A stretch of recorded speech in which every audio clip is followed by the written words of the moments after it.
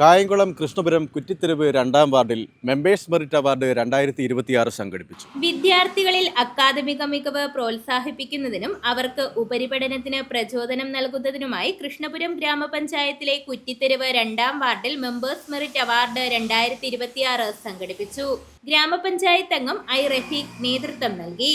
Deputy collector Biju S പരിപാടിയുടെ ഉദ്ഘാടനം നിർവഹിച്ചു. പറഞ്ഞു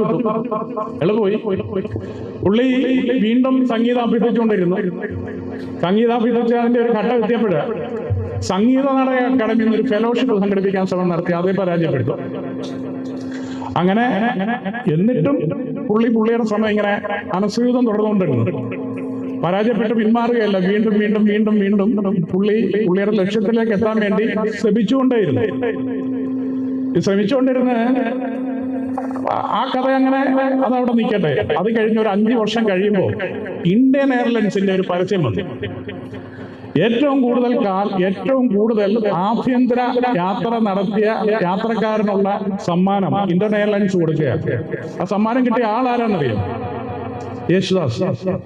കൃഷ്ണപുരം ഗ്രാമപഞ്ചായത്ത് പ്രസിഡന്റ് ജെസ്സി കോശി അധ്യക്ഷത വഹിച്ചു.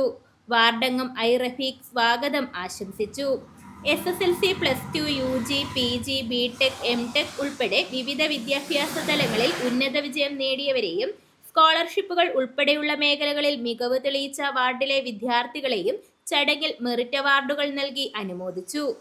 തുടർന്ന് വിദ്യാർത്ഥികൾക്കായുള്ള പഠനോപകരണ വിതരണവും നടന്നു. ഗ്രാമപഞ്ചായത്ത് ആരോഗ്യ വിദ്യാഭ്യാസ standing committee chairperson Swapna Mohan, ഗ്രാമപഞ്ചായത്ത് അംഗങ്ങളായ ബീന പ്രസാദ്, ശ്രീദേവി ഓമനക്കുട്ടൻ, പുള്ളിക്കടക്ക് സഹകരണ bank president C Bhadran, Kumbalath Madhukumar, V Omanakuttan, P Pranesh, B Sudheer തുടങ്ങിയവർ ചടങ്ങിൽ ആശംസകൾ അർപ്പിച്ചു. വിദ്യാർത്ഥികളെ കൂടുതൽ അക്കാദമിക മികവിലേക്ക് നയിക്കുക എന്ന ലക്ഷ്യത്തോടെയാണ് ഈ പരിപാടി സംഘടിപ്പിച്ചതെന്ന് സംഘാടകർ അറിയിച്ചു. News bureau, Kayamkulam.